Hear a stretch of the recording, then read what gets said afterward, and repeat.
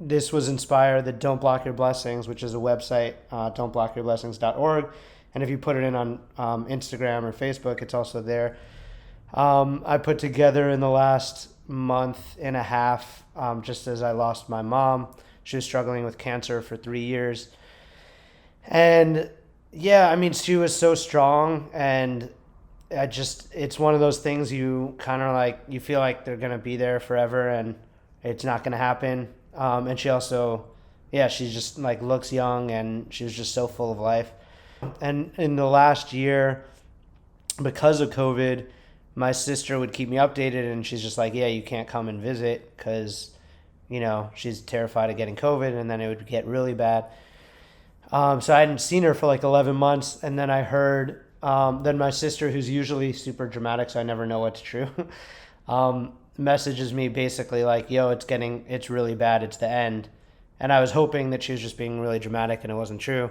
But when she said, you need to come now and COVID doesn't matter because it's the end, then I knew she was serious, and jumped on a plane the next morning. And I have kids, so I was there for a week, and then I had to come back to watch the kids for almost another week. And when I was there, it was just insane, like to see somebody so different, somebody who was full of life, to not be able to like get up by herself, and you have to help her. And luckily that time she was still able to talk, and we were able to have conversations. She didn't have much strength, but we were able to like at least spend time together. And then I went back home, and I had a ticket to come a few days, like a week later, I guess, or 5 days later, whatever it would be. And my sister at that point was like, she might not last 12 hours or 30 hours. Like, you need to switch your flight to come earlier. At that point, she wasn't eating or drinking or anything, and it was just the end. And my sister was just like, she's literally just waiting for you. There's no reason she should even be alive now, and we need to like let her pass to the next world. You need to get here as soon as you can. So I like freaked out, called my ex, and I was like, can I switch? Like, I know like we could switch nights, whatever. Let me get back there. I need to get back there. And I kind of had like a panic attack. I reached out to this one artist that was like our favorite artist. And goes by Idan Reichel. He's an Israeli artist that makes music and brings people from all over. It's like the stage is like African, Palestinian, Israeli, like every different nationality. The most beautiful music ever, basically like a modern Mozart, but like with singing. And he somehow answered the phone, and within 3 minutes, I was like, I don't know if I'm going to make it. Can you do a video just saying like Erez is on his way, and maybe just sing for 10 seconds, whatever. He ended up sending me a video within minutes, playing his famous song, and speaking to my mom in Hebrew. And he's super famous around the world, but in Israel especially. Everybody was like super touched. He's like an angel. So she squeezed my uncle, her brother's hand when he played it for her. She wasn't able to open her eyes or talk or anything like that, but she felt it. And I got there the next day and played it again, and played her some other stuff, read her some poetry, and asked her, for forgiveness for anything I might have done without even realizing, and letting her know I forgave her and she can go in peace to the next world. Started getting emotional right now. But anyway, that was my long story. I haven't shared this on Clubhouse, for sure not. So thank you for listening. But essentially, I was inspired to put this thing together for people to share their own stories. And I have gone through a lot of dark times in my life. And I think, the way that I got out was realizing that, I had so many things in my life that was actually good. And if I was able to get myself into this dark space by just, in my own head, and however I was creating that reality, then if I can reach that level of darkness, then the opposite, of course, is true. And that was kind of how I've been able to keep, this positive outlook. And Spiv was also talking about this, and it's a really big thing for me, just kind of balancing and always working on perspective and faith.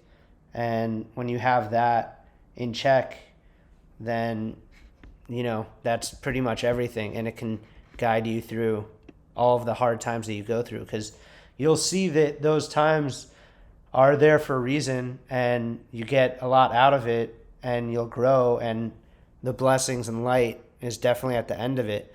But to be able to like keep that faith when that's happening and stay grounded and stay happy, that's hard, and you need to store that in the Torah. Like I'm Jewish, and we read the Torah portion in groups every week, and 2 weeks ago was the one with Pharaoh and Joseph.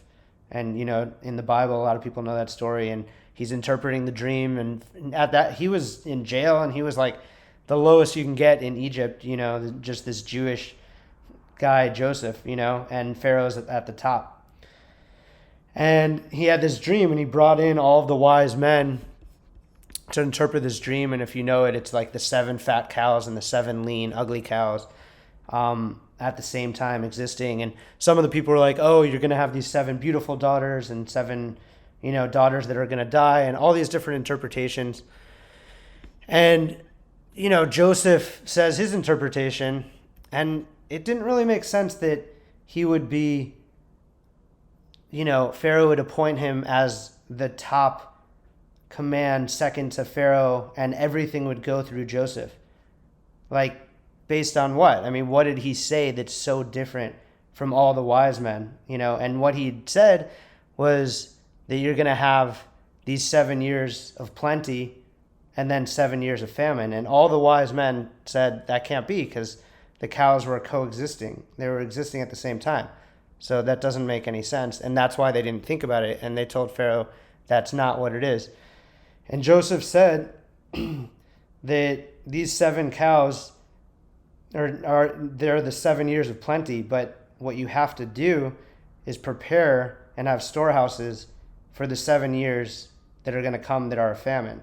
And the reason they're happening at the same time is because you need to be cognizant of that and prepare for that other time, so that you're going to have plenty in those other years. And the lesson there, so not only did he interpret his dream, he told him what he needs to be doing so that it won't affect him in that way. And I think the big lesson there for us is that, you're going to have ups and downs all the time in your life, and you have to prepare for those downs, and you have to get that faith and perspective in check, because on those other times when you're super down, you don't want to get lost all the way to, some people unfortunately get to the point where they can't come back, and you need to prepare for those times and remind yourself. And you could do that in so many different ways, but that's the only way to get through this, you know what I mean? And you can share that with other people and literally save lives.